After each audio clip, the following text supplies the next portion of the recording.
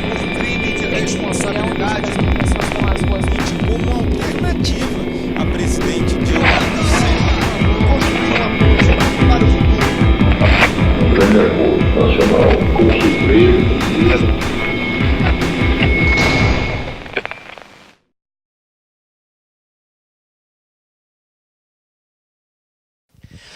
Boa tarde, meu nome é Francisco Marshall, eu sou professor do Departamento de História da URGS e apresento nesse curso o golpe de 2016 e a nova onda conservadora no Brasil, a parte relativa à cultura, que eu designo o golpe e os ataques à cultura.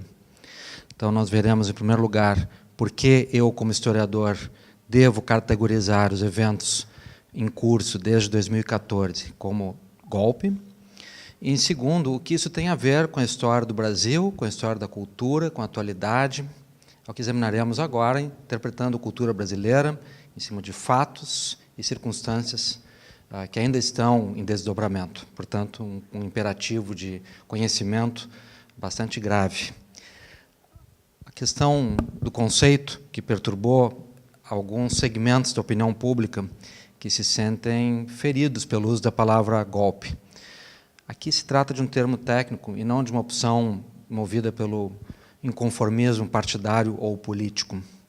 Se trata de descrever um fenômeno objetivo, que foi a tomada do poder no episódio em que a presidente Dilma Rousseff foi afastada e tomou posse para realizar um novo programa ao seu vice-presidente, Michel Temer. Esse processo foi muito complexo, ele teve muitas motivações, muitos agentes e resultados. As motivações mostram um elenco de fatores e nós poderíamos montar uma equação com maior ou menor papel para cada um dos fatores que presidiram aqueles eventos. E nisso nós teríamos um quadro mais dinâmico, não é um quadro monocausal, não é um quadro de uma única razão, mas de um conjunto, uma conspiração, uma convergência de fatores muito forte que se dirigiu ao foco do poder e, por fim, houve uma tomada do poder. E a tomada do poder se caracteriza pela implementação de um programa de ações, um programa amplo que contraria o que vinha sendo feito pela detentora do poder até aquele momento, a presidente e o seu programa partidário, em que pese suas crises e as suas insuficiências também. Então, quais são esses fatores? Há, em primeiro lugar, o que agora se tornou muito evidente, um rancor histórico do pensamento conservador brasileiro pelo período em que esteve à cabeça do Estado uma outra cor política. Então, há um rancor político que estava acalmado, que estava hibernando dentro da ampla conciliação que o governo do PT tentou no seu período de soberania, mas que estava ali latente e que veio aflorar nos episódios dessa tomada de poder.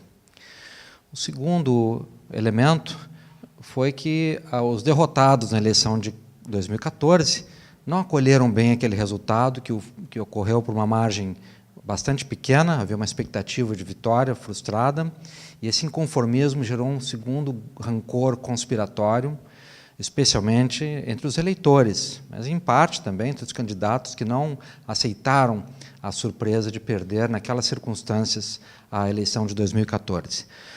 Um outro fator é que houve um financiamento disso tudo, um financiamento complexo que está por trás das ações de rua, das mobilizações, da comunicação investida nisso tudo e, evidentemente, de prêmios dados aos agentes desse processo e prêmios depois reivindicados pelos financiadores desse processo.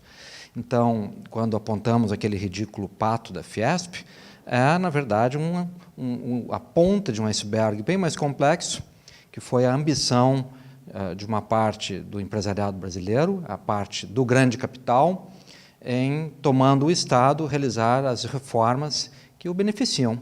E aí está o primeiro resultado prático e político colhido após a tomada do poder, que foi a realização de uma reforma trabalhista em favor do capital empregador, em desfavor dos trabalhadores e com um grande assodamento, num processo bastante questionável, jurídica, ética e tecnicamente, mas que deixa claro que ali havia um caminho de interesses convergindo para aquele episódio, e que produzia, entre outras coisas, mobilização. Essa mobilização contou com um grupo que foi bastante favorecido pela mídia e que foi decisivo na mobilização popular, que foi o MBL, hoje já conhecido de todos, nem preciso explicar a sigla, que contém no seu nome, uma vez mais, a tentativa de se usurpar a palavra liberdade.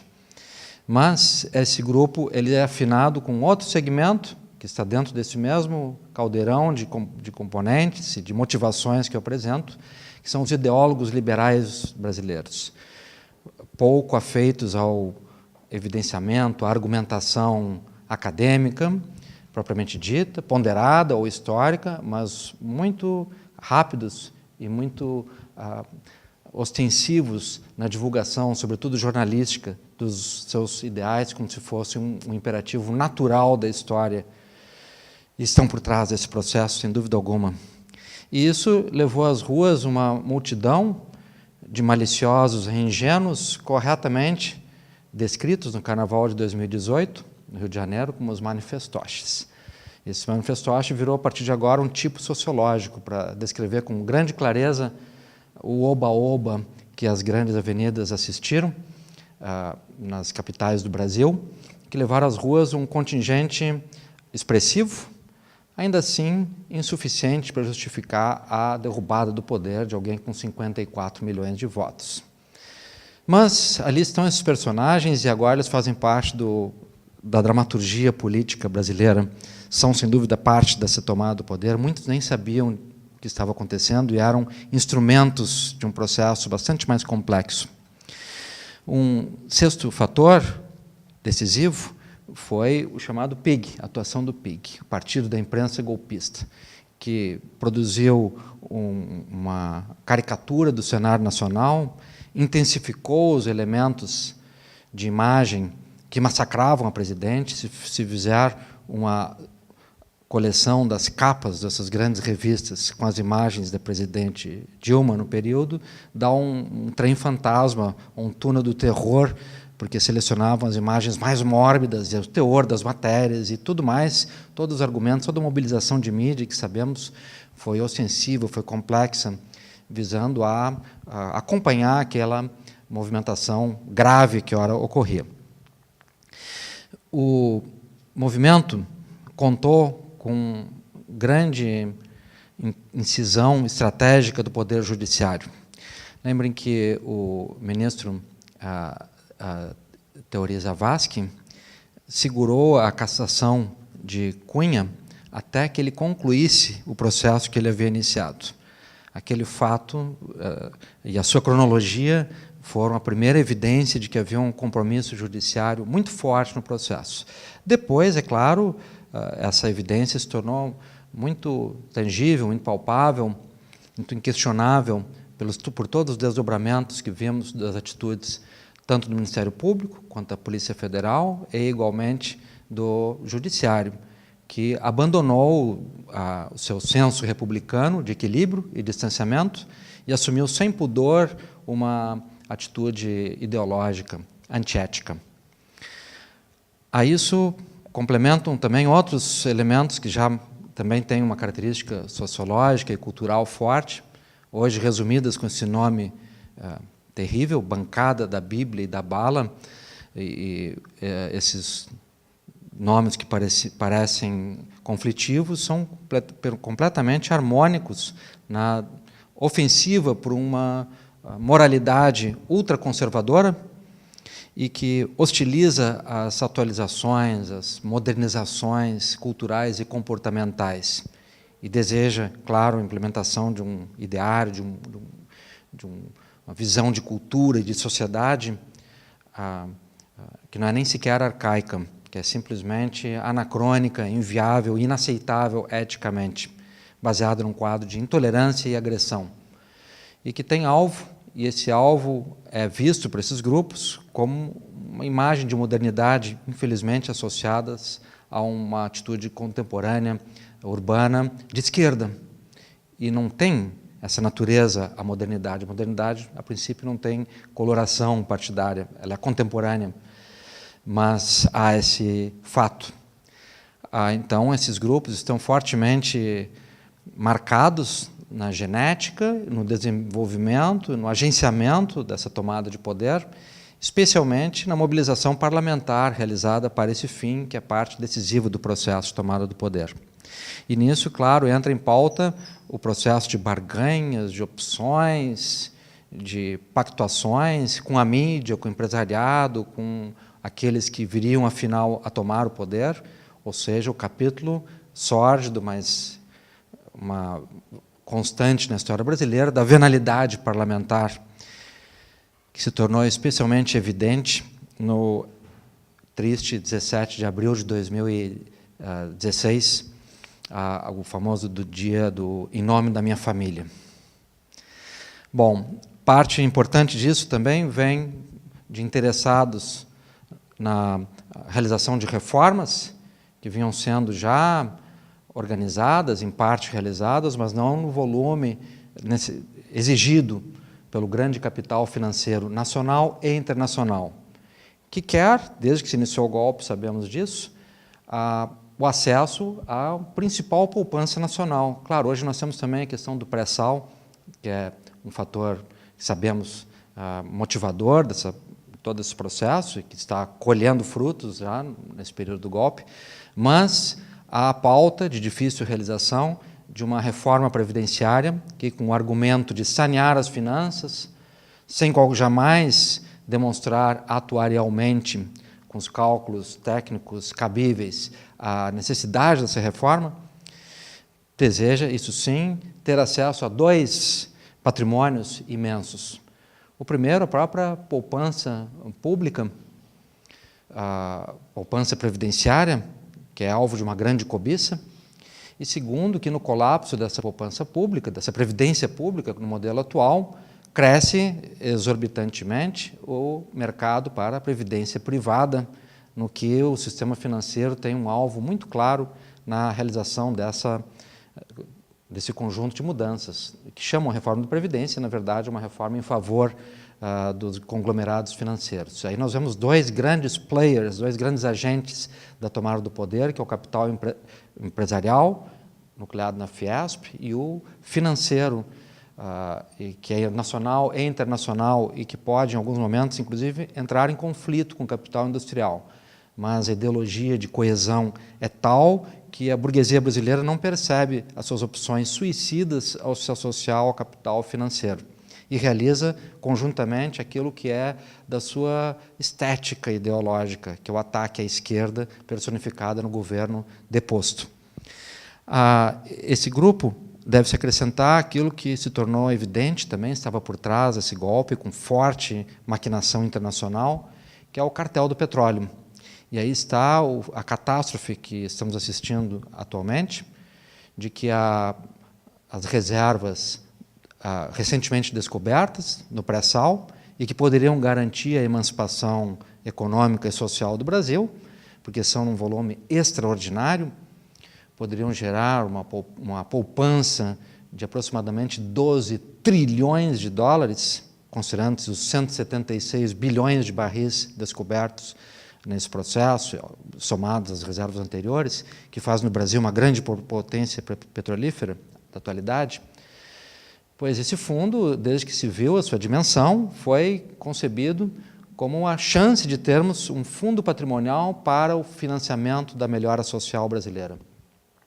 Esse fundo foi constituído por um decreto presidencial, começou a reunir fundos e foi, agora, durante o final do mês de maio, extinto por um ato do governo atual, do governo Temer, que não apenas extinguiu o fundo patrimonial brasileiro, que é um fundo estratégico de grande dimensão histórica, porque visa um futuro extenso, algo muito raro numa nação tomada por urgências como o Brasil, e na extinção desse fundo, os recursos foram imediatamente alocados no pagamento do serviço da dívida, ou seja, mais um bombom para o sistema financeiro. Então, além disso, há os leilões do pré-sal e o sucateamento da Petrobras, que agora definha com um desenho de colapso evidente a todos. Logo, há também essa potência que sabemos está fazendo colheita nesse período em que vigora o governo golpista. A isso também se acrescenta um grupo do agronegócio agressivo e que não tem pudor em devastar o meio ambiente sem qualquer critério, e agora está na iminência. Estamos hoje aqui, dia 25 de junho de 2018, é nessa semana que será votada a revogação de uma série de normas sanitárias e técnicas decisivas, e com essa revogação se liberar mais de 5.000 agrotóxicos de enorme poder agressivo, venenos verdadeiros, né, que vão ampliar a devastação ambiental de que o Brasil é vítima há muitas décadas. E esse mimo para o agronegócio está ligado a todo esse circuito de interesses, né, porque a reforma da Previdência é o grande elemento de barganha visado pelo poder na troca com os deputados do agronegócio, né? A chamada bancada ruralista. Há esses fatores, que são fatores amplos de mobilização de interesse na tomada do poder e de ganhos nesse processo, se acrescentam os fatores internos do governo deposto, entre os quais há erros catastróficos da gestão de Dilma Rousseff no seu planejamento de Estado, na sua comunicação e na sua defesa judiciária e política também. Não poderia haver complexo de erros mais evidentes do que todos que ali houve. E a esses erros deve-se acrescentar também fatos que jamais deveriam ter ocorrido e que forneceram o elemento mobilizador dessa trama, a corrupção existente. Corrupção do PT e dos seus aliados, do governo de centro-direita, presidido pelo PT, junto com o PP, PMDB e partidos dessa ordem, e que efetivamente, sabemos todos, se lambuzaram em negócios que jamais deveriam ter sido feitos. Então, ao vermos o quadro geral da conspiração, não devemos também sonegar os elementos de culpa que serviram como argumento pródigo para essa mobilização. O quadro é ainda agravado pela recessão de 2014, que se estende aos dias de hoje. Ainda estamos em 2018, sem sair da crise. A promessa de que um novo governo sanearia a nação, as finanças e nos colocaria num novo ciclo de crescimento não pode ser realizada assim com esse passe mágico. Não foi, a recessão cresce ainda no Brasil, é um fato. E esse fato foi mal explicado pelos economistas de todas as linhagens no Brasil. Deu-se a entender à população de que a recessão era culpa daquele governo, que a derrubada daquele governo sanearia esse mal horrendo que é o recuo econômico, com que cresce o desemprego, o sofrimento, diminui-se a expectativa de futuro das pessoas. E a verdade é que essa recessão, sabemos, tem um quadro bem mais complexo. Ela vem da recessão de 2008, 2009, ela se intensifica com o endividamento da classe média brasileira na sua ascensão social, no quadro de inadimplência que dali decorre, em fatores críticos e também no recuo do capital que, estrategicamente, inibiu investimentos dentro da sua meta de derrubar o governo, imaginando com isso colher lucros maiores com o governo que, afinal, seria implantado. Todos esses fatores estão articulados na tomada do poder. Eles são fatores históricos, eles são razões evidentes. Entre esses fatores aqui arrolados, eu não incluí o elemento formal apresentado no Congresso, que foram as pedaladas fiscais, porque esta é a cereja do bolo na tese da tomada do poder, do golpe propriamente dito. Trata-se apenas de uma alegação formal com a qual foi possível organizar e conduzir esse conjunto de interesses. Então, é absolutamente irrelevante a força jurídica e política das tais pedaladas. É uma imensa hipocrisia alguém afirmar que o poder foi derrubado por aquela razão, quando sabemos havia rancores, objetivos, ilusões, cobiça, ódios num grau monumental, e isso presidiu o processo ilegítimo de derrubada de um poder que havia sido eleito. Logo, essa tomada de poder não cabe outro termo senão esse, um golpe. A alegação superficial não pode ocupar a primazia como causa, ela é apenas pretexto. Isso o historiador Tucídides nos faz ver quando descreve a Guerra do Peloponeso, que opôs Atenas e Esparta, e esse é um livro precursor do pensamento histórico. Atenas e Esparta, em 431 a.C., entram na guerra que irá, afinal, ocupá-las por 27 anos e exaurir a energia de ambas as cidades, pôr fim a um ciclo de crescimento, de brilho intelectual e econômico no Mediterrâneo, presidido por Atenas em particular. Ambas tiveram várias alegações conjunturais, de invasões, de ultrajes, de pendências históricas, mas Tucídides não é iludido com essas alegações. Ele sabia que por trás disso havia um conflito de ambições imperiais entre uma cidade que se expandia, Atenas, e outra que temia essa expansão, Esparta. Então houve alegações conjunturais que desencadearam a guerra. E o historiador se acostuma a isso, a perceber por baixo das alegações quais são as causas reais, as causas profundas. Elas não são simples, elas são complexas, elas pertencem à história da sociedade brasileira e elas têm, em particular, uma formulação cultural.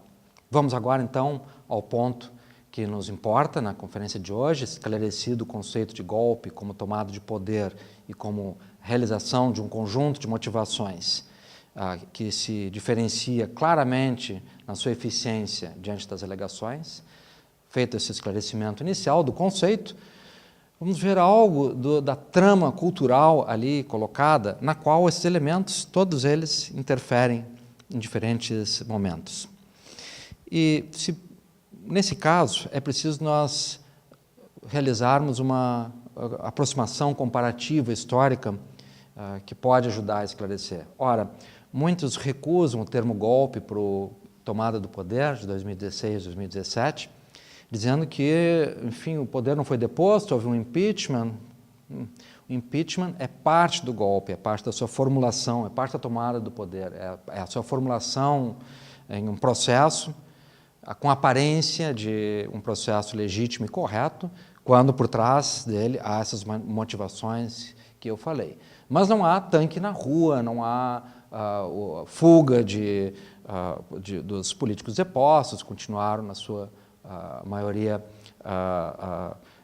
no território nacional, embora recentemente o Lula foi preso. Evidentemente, isso faz parte de toda essa trama, deve ser considerado ao se compreender esse quadro comparativamente. Mas sabemos que é um cenário diferente do que ele de 1964, quando o Exército efetivamente tomou o poder com tanques nas ruas, era uma posse militar do poder, a qual foi, enfim, necessária uma acomodação legislativa e judicial difícil, delicada posteriormente, a nova Constituição elaborada em 67, mas uma tomada de poder de força. Então, muitos dizem, não foi golpe agora em 2016, 2017, porque não houve aquele fato clássico da tomada do poder. Ora, a tomada do poder tem muitas fórmulas desde o mundo antigo, quando ele está em disputa na sociedade. A democracia procura controlar a ambição de poder e regrá-la de acordo com protocolos, com leis, com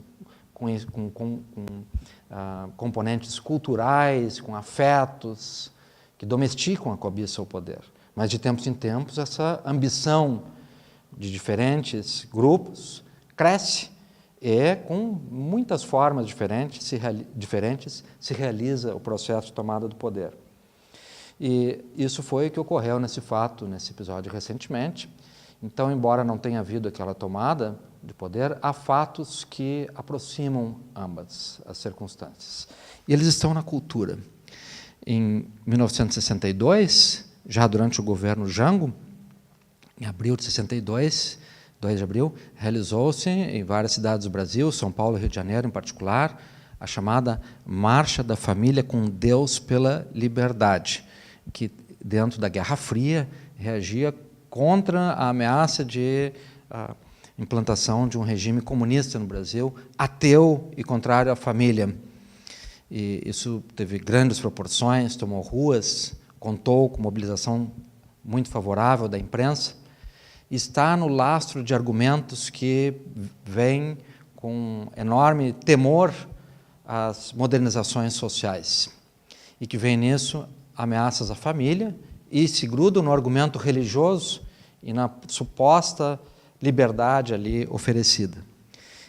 Esse movimento que está por trás das imagens ou dos afetos que levaram ao golpe de 64 reaparecem recentemente. Então, fazem parte de um lastro cultural comportamental brasileiro que não foi suprimido com todas as mudanças que a cultura experimentou nos anos 70, 80, 90 e 2000. Tomado o poder em 64, avança-se na implementação de uma nova agenda, diferente da agenda social então implementada, e na cultura há alguns episódios notáveis. Um deles, o filme de 1967, de Glauber Rocha, Terra em Transe, um filme de linguagem e plasticidade extraordinários, ganhador de muitos prêmios, de muito reconhecimento da crítica internacional e muito desconforto na crítica brasileira, porque era inclemente com toda a imaginação e a prática política da esquerda à direita, de norte a sul. Oferecia um retrato dramático da hipocrisia e da conjuração de farsas na condução do poder, isso em plena farsa maior, que é um regime de força, como que o Brasil vivia. Esse filme sofreu uma pressão da censura, mas o principal motor dessa pressão de censura, que o proibiu num primeiro momento, é que havia ali também uma forte crítica à igreja. A censura foi contornada no momento em que o cineasta anuiu dar um nome ao padre que compõe o elenco, o padre Gil, e com isso liberaram o filme, e ele teve a sua vida cinematográfica brasileira. A Terra em Transe, de Glauber Rocha, até hoje uma forma extraordinária de se pensar o fundamento e a cultura política brasileira em uma longa duração. Em 1967, o regime se agrava, se intensifica, a tensão social no Brasil, e ali uma juventude animada pelo espírito da contracultura se insurge contra essa onda. E aí está a imagem, que hoje é quase um meme nas redes digitais, manipulada, e o personagem que novamente voltou a ser alvo de ataques na onda golpista, o gênio compositor e artista, escritor, Chico Buarque. Chico Buarque, grande leitor da cultura grega, especialmente da tragédia grega e de Eurípides em particular, um homem de um humanismo muito sofisticado e uma sensibilidade social num grau de beleza e agudez muito raros. Um homem que tem um pé na Grécia e outro no samba brasileiro, e isso é a sua marca. Chico Buarque compõe uma obra que é dramatizada, se torna ela um fenômeno no Teatro de Oficina, dirigido por José Celso Martinez Corrêa, em São Paulo, A Roda Viva. Estamos agora em outubro de 1968. Essa Roda Viva, que igualmente descreve com grande qualidade artística e musical a hipocrisia do poder, as tramóias, que são matéria corrente em qualquer produção artística e teatral decente. Essa obra, essa apresentação no Teatro de Oficina, é alvo de um assalto de um grupo de fascistas, o chamado CCC, Comando de Caça aos Comunistas, que é a versão anos 60 do MBL nos anos 2000 e tantos, em que estamos, invadem, surram os atores, os artistas. Há um episódio terrível de violência na repressão que foi tolerada pelo regime contra aquela obra. Então está ali a cultura sofrendo nesse ambiente. Aqui está um cartaz feito à ocasião com a face dos envolvidos nesse processo, dirigentes e agentes, na sua maioria estudantes da Faculdade Mackenzie, em São Paulo, que educava a alta burguesia paulista e que se viu muito feliz atacando um artista que reputavam ser comunista. Episódio importante porque sabemos depois todo esse rancor irracional e essa imputação ideológica reaparecem no cenário atual. Poucos dias após o 8 de dezembro de 1968, em que é implantado o Ato Institucional número 5, que é o recrudescimento do regime militar, é a medida jurídica que deu maior guarnição para os atos de violência que a ditadura realizava e realizou ainda mais depois daquele ato. Na boate Sucata, Gilberto Gil e Caetano Veloso realizaram um show histórico, divulgaram o panfleto com a imagem de um bandido muito famoso à época, o Cara de Cavalo. Havia obras do Hélio Oiticica envolvidas na performance, na divulgação, e essa expressão chocou aos militares no poder, que foram à casa de ambos, foram à casa, na verdade, de Caetano, depois de madrugada, prenderam Caetano, prenderam logo a seguir Gil, iam prender Geraldo Vandré, mas não conseguiram, porque ele escapou. Então, em 68, o alvo era também prender esses artistas, que imediatamente partem para o exílio, vão para Londres. Mas, é claro, temos aqui a marca dessa agressão contra a Tropicália, um espírito de insubordinação que levava às ruas intelectuais, artistas, que não estavam ali querendo impor nenhum programa, mas em luta por um ambiente de tolerância, de diálogo, de democracia, em que o voto tivesse um valor. Então, aqui estão Gil, Caetano, Moraes Moreira, Vinícius Moraes, Nara Leão, enfim, um pedaço da elite artística brasileira que ia às ruas e que estava acuada pelo regime. Damos agora um salto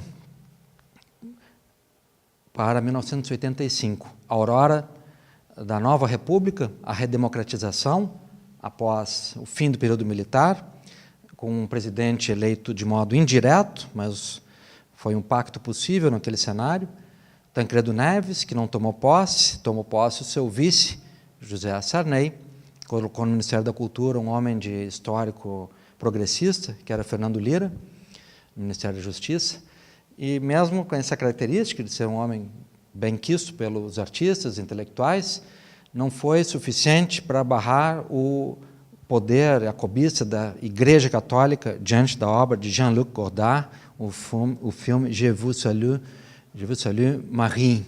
Foi uma grande discussão nacional à época, a intolerância da Igreja diante dessa obra, que terminou sendo proibida. E isso foi uma marca terrível na aurora desse ciclo pós-ditadura democrático, que no primeiro ano desse novo regime, nós tivemos uma marca do fator mais horrendo na relação do Estado com a cultura, que é a censura.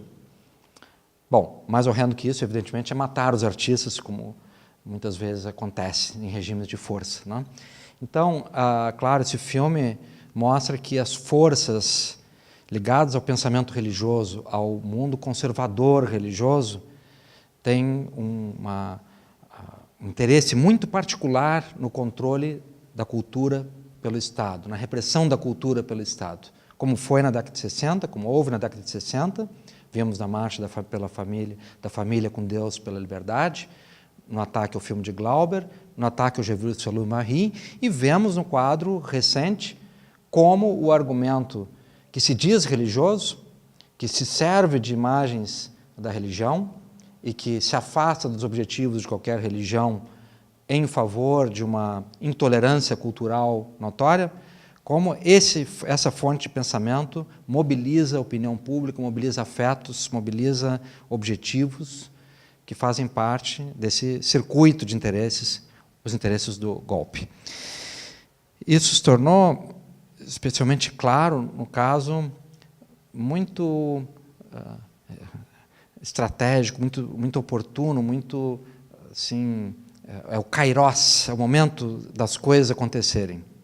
Esse filme Aquários, um belíssimo filme, brasileiro, sobre uma tensão de cupidez imobiliária, de conflitos sociais, éticos, afetivos, envolvendo especulação imobiliária no alto grau, no Recife, e que estreia internacionalmente no dia 17 de maio de 2017, um dia depois de tomar posse o vice-presidente, Michel Temer.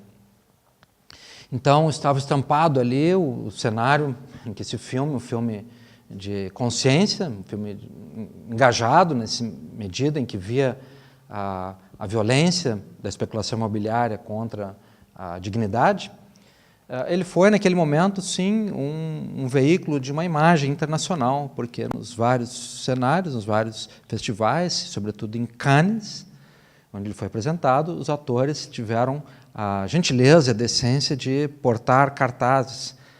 Um golpe teve lugar no Brasil, um golpe de Estado teve lugar no Brasil houve um golpe de Estado, o mundo não pode aceitar esse governo ilegítimo, e ali a nossa diva Sônia Braga veiculando essa mensagem muito clara. O filme recebeu uma série de boicotes por parte do novo governo, o principal deles foi não ter sido indicado para concorrer ao Oscar, na premiação da Academia de Hollywood, e também, claro, um boicote programado pelo MBL e pela reação golpista, que então já cavalgava num franco triunfalismo e desejava, claro, celebrar isso com o colapso de produtos como esse filme Aquários. Então houve uma campanha, aqui apenas uma das muitas imagens distribuídas como meme por esses grupos de direita, que passam a se servir de veículos digitais com enorme proficiência e tecnologia, e que divulgam essas campanhas, nesse caso, contra o Aquários. Foi insuficiente, o filme foi um enorme sucesso, é o filme mais visto da história do cinema de Pernambuco, esteve entre os 10 mais vistos no Brasil durante muito tempo, ultrapassou largamente a sua meta de público, foi apresentado em mais de 60 países, colecionou muitos prêmios, seu orçamento foi plenamente vingado pelas bilheterias. Então, o filme não foi atingido por isso, e é muito importante considerarmos que a opinião pública, o gosto público, o consumo cultural brasileiro não capitulou diante dessa campanha sórdida feita contra o filme por um motivo ideológico. Novamente, o cinema, a cultura, porque o cinema, claro, é cultura de massa, está em grande difusão, reiterado, em grandes agendas para as cidades, e o Aquários fez isso. Um ano antes disso, aproximadamente, talvez uma das datas mais vergonhosas da história do Brasil, aquele 17 de abril de 2016, em que se votou o afastamento de Dilma, e vimos o quadro aqui caricaturalizado na figura do deputado hipócrita, né? Aqueles cínicos que foram, em nome da família e de outros pseudo-valores, fingir que faziam a purificação nacional quando eram ali veículos de uma mácula na história do Brasil. E isso, claro, reavivou no cenário do golpe a força daqueles valores que vimos lá em 1962. O diabo não tem família, então a meta dele é destruir a sua. Campanhas que são difundidas por organizações de extrema-direita, agora armadas com ferramentas digitais pródigas, que robotizam o ataque, que ampliam essa mobilização com um financiamento volumoso. Isso, evidentemente, compõe o quadro cultural que estamos descrevendo, o golpe contra a cultura. O clímax desses ataques se deu na nossa cidade, Porto Alegre, quando, em setembro de 2017, num movimento muito rápido, uma exposição de caráter muito arrojado, bastante contemporâneo, o Queer Museu, com curadoria de Gaudêncio Fidelis, se viu alvo de um ataque vertiginoso. Em 2 ou 3 dias, uma nuvem de mobilização, depois veio-se a saber que era uma nuvem artificial, mas aquela nuvem cresceu de tal modo que levou o banco que hospedava a exposição, o Banco Santander, no centro de Porto Alegre, no dia 10 de setembro, fechar em definitivo, a exposição que foi, afinal, desmontada. A exposição tratava da sexualidade, da chamada heteronormatividade, ou seja, de como uma cultura patriarcal, ao longo da história da cultura, produziu normas estéticas, padrões de comportamento, que são padrões de comportamento sociais, de classe, socioeconômicos, morais, também religiosos, em grande medida, e que hoje são, claro, objetos de uma desconstrução. Precisamos desmontar parte desses esquemas para construir um ambiente de convívio tolerante, de convívio harmônico, de convívio legítimo e sem violência entre as diferentes opções e identidades construídas na vida social. Então, o Gaudêncio havia reunido um acervo muito rico, heterogêneo, centenas de obras, querendo ver ali como a norma patriarcal se impunha, como a cor era suprimida, certos comportamentos idem, e também, claro, fazendo um jogo crítico muito interessante. É bom que eu faça esse resumo, porque poucos puderam ver a exposição. Ela teve um bom público, mas teria ainda muito mais, não fosse a repressão de que foi vítima. Essa repressão começou no movimento de assédio de militantes de extrema-direita, no dia 7 de setembro. 2 ou 3 pessoas armadas de câmera iam ao museu, provocavam o público, as crianças, as pessoas idosas. A segurança do museu tentava contê-los, com perguntas ofensivas, com provocações, e com assodamentos, claro, de problemas que nem havia. E, aos poucos, conseguiram mobilizar uma corrente de opinião de extrema-direita. Eram 3 ou 4 personagens, no seu apogeu eram 10 militantes de extrema-direita, ligados ao MBL e a apoiadores daquele candidato cujo nome não se pronuncia, de extrema-direita militarizado, e que produziram a imagem de que havia uma revolta nacional contra o Queer Museu, e que, pressionado por isso, o banco, então, temendo a rápida evasão de correntistas, não teria opção senão recuar da exposição, o que realizou no domingo, dia 10 de setembro. Depois, estudos da Fundação Getúlio Vargas vieram a demonstrar, não houve esse fenômeno, ele foi robotizado, em grande medida, pelo Twitter, pelas redes sociais, com máquinas. O número alegado de contas encerradas nunca houve também, foi um fantasma criado pela mídia, com a finalidade conservadora de suprimir um fato cultural discordante dos ideais conservadores que então se impuseram. E pagou o preço a compreensão da arte, por exemplo, nessa obra de Fernando Bário, grande artista gaúcho, faz 70 anos hoje. Aliás, faz 70 anos amanhã, dia 26. Né? Grande artista. E que aqui faz esse Cristo como Shiva, coloca esses muitos braços como próteses deslocadas sobre a imagem do Cristo crucificado. Ele próprio está em metamorfose, lembrando Apolo e Dafne, mas tem também nos braços dele mercadorias, TV, artefatos variados, um pedaço da Guernica, de Salvador Dalí, nesses braços, né? Marca da violência, da guerra. Uma reflexão muito humanista sobre o tráfico do sagrado, como as imagens do sagrado se prestam para finalidades mercantis, eticamente inaceitáveis, como a guerra, muitas vezes. Então, é uma imagem também que une Oriente e Ocidente, Cristo e Shiva, une mundo pagão e cristão, há um Dioniso por trás de Shiva. Eu considero uma das obras-primas de Fernando Bário essa obra.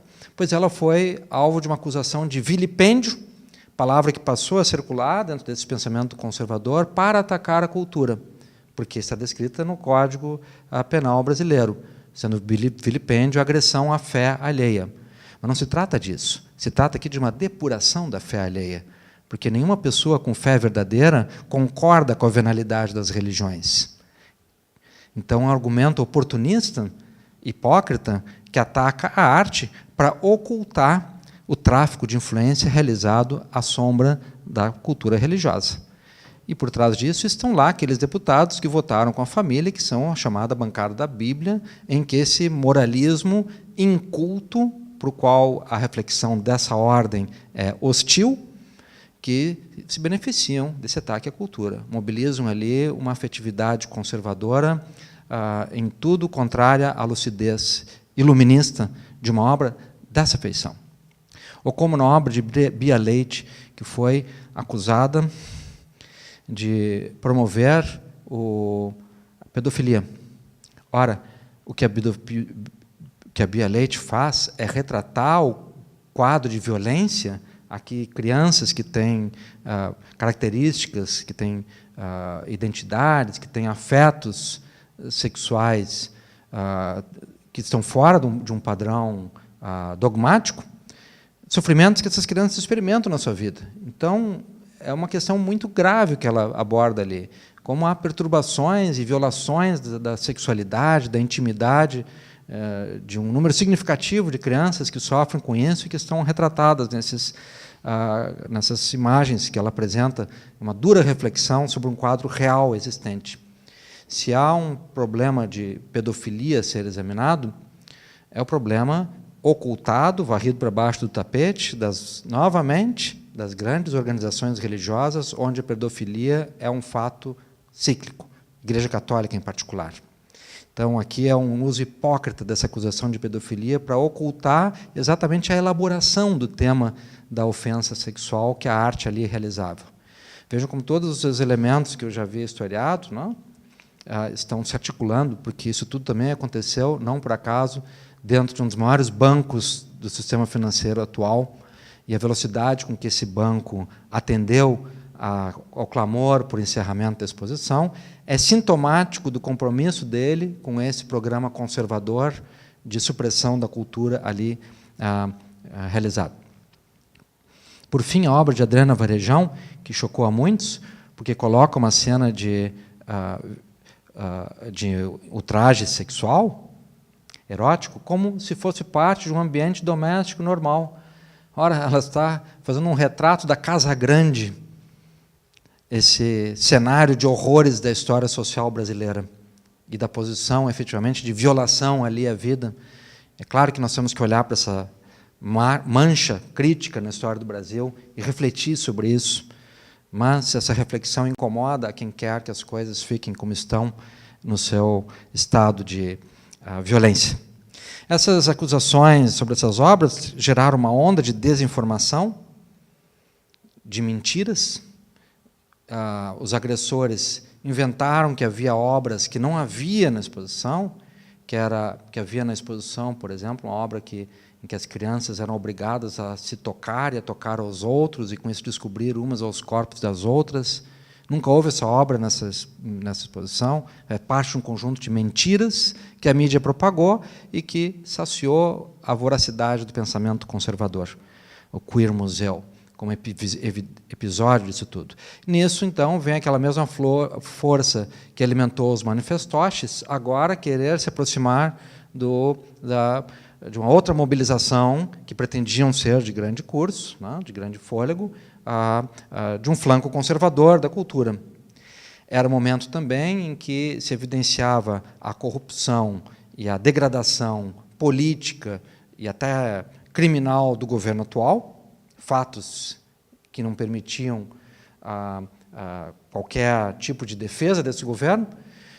Esse MBL, então, para não se expor à defesa do governo que ele ajudou a colocar no poder, retira-se dessa pauta para atuar na mobilização cultural, política, em eventos como o Queer Museu e, igualmente, o MAN de São Paulo, onde houve um episódio, no mesmo contexto, similar.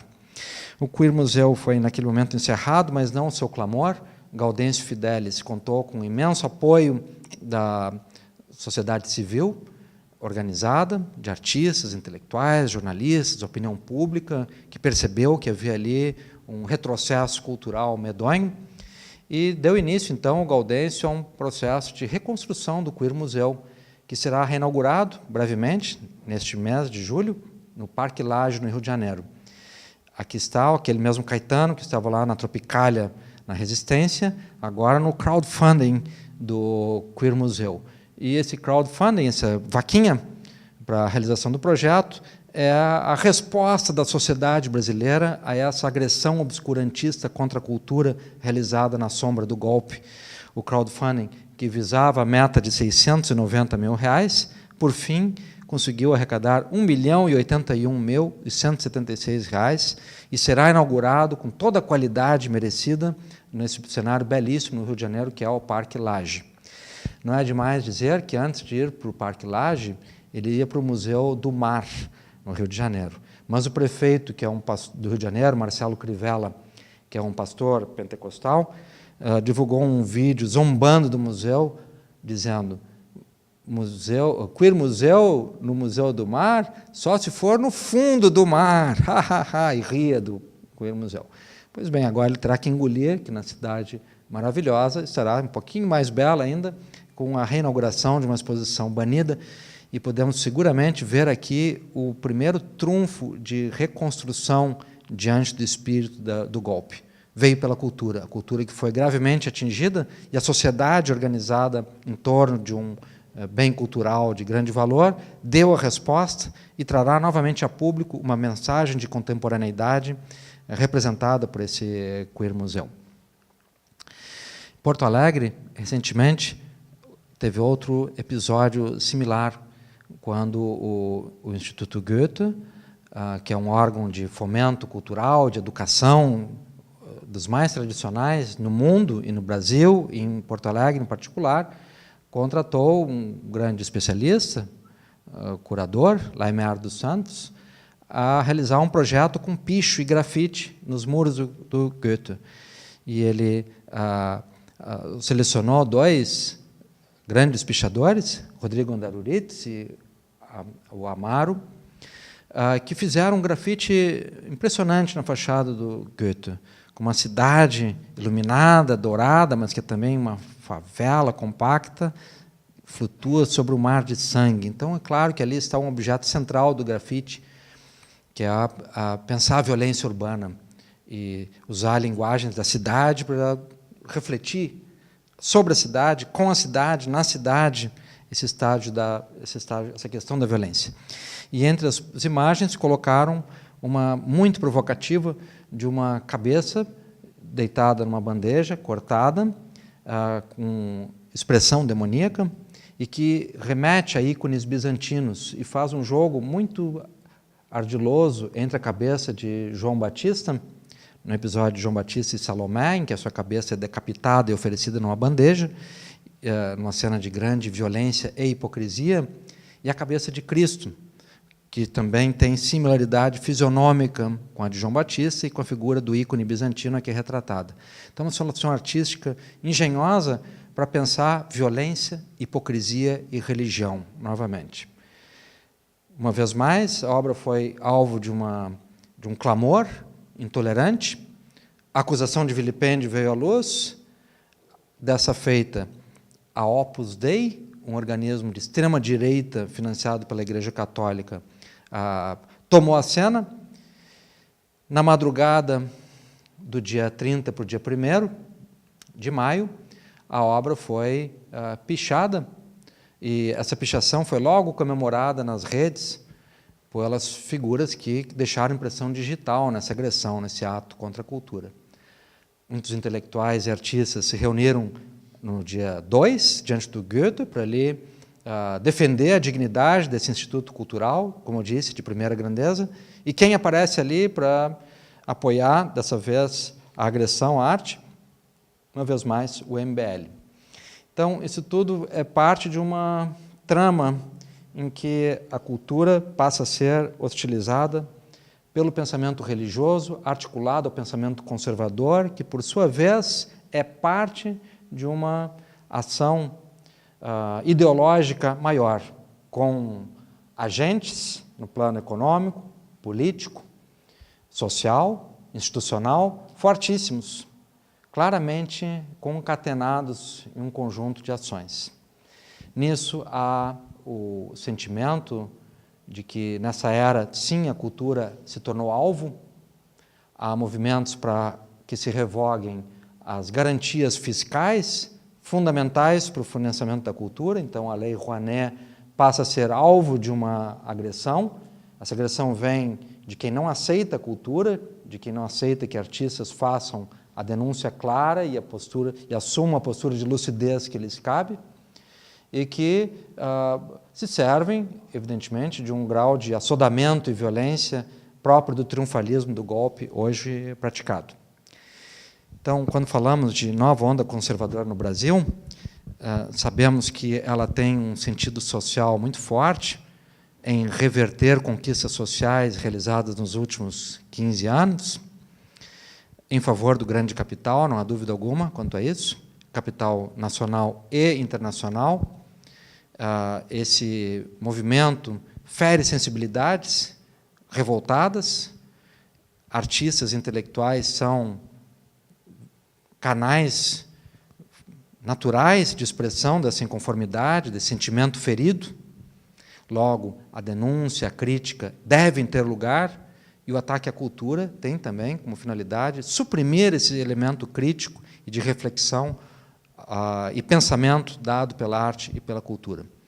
Para nossa fortuna, já está o Queer Museu assegurado, é um marco nessa reconstrução cultural, mas seguem essas forças obscurantistas querendo colher a ocasião da tomada de poder para, nesse triunfalismo, afirmar também os seus preceitos, nos quais não está incluída a contemporaneidade, nos quais não está incluído o respeito à diversidade social, nos quais não está incluído o sentido de emancipação dado pela ciência e pela cultura. É isso. Obrigado.